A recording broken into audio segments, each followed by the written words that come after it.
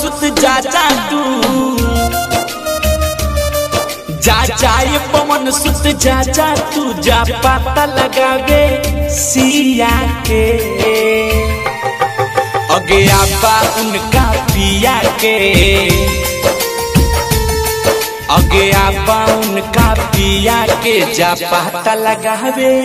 सिया के अगे आपा उनका पिया के जा पता लगावे सिया के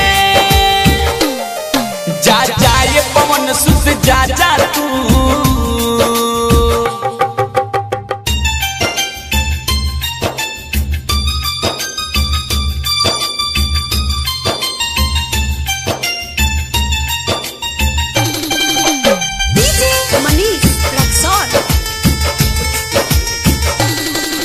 रिकॉर्डिंग स्टूडियो गौरिया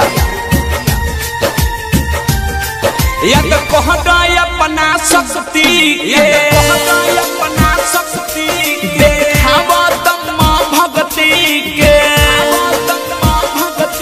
श्री राम के स्मरण कला तू कान्हे पर गाता धोला तू ठंडा कर तू हिया के ठंडा कर तू हिया के पता लगा के सिया के अगे आपा उनका पिया के अगे आपा उनका पिया के जा पता लगावे सिया के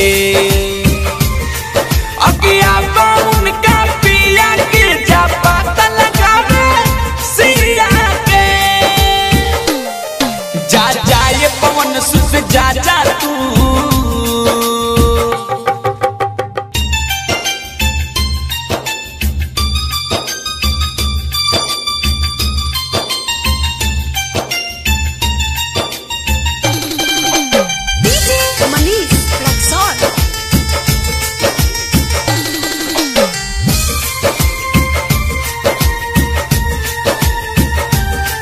देखा के चमत्कारी के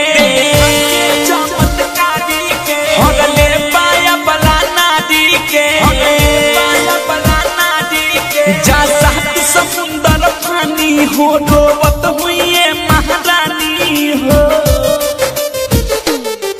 लिखेले रामानंद गीतिया के लिखेले रामानंद गीतिया के गावेले अशोक जिया से अगे आपा उनका पिया के अगे आपा उनका पिया के जा पता लगावे सिया के जा जाए पवन सुत जा जा तू जा पता लगावे सिया के अगे आपा उनका पिया के अगे आपा उनका पिया के जा पता लगावे सिया के अगे आपा उनका पिया के जा पता लगावे सिया के जा जाए पवन सुत जा जा तू आरपीएस रिकॉर्डिंग स्टूडियो गौरिया।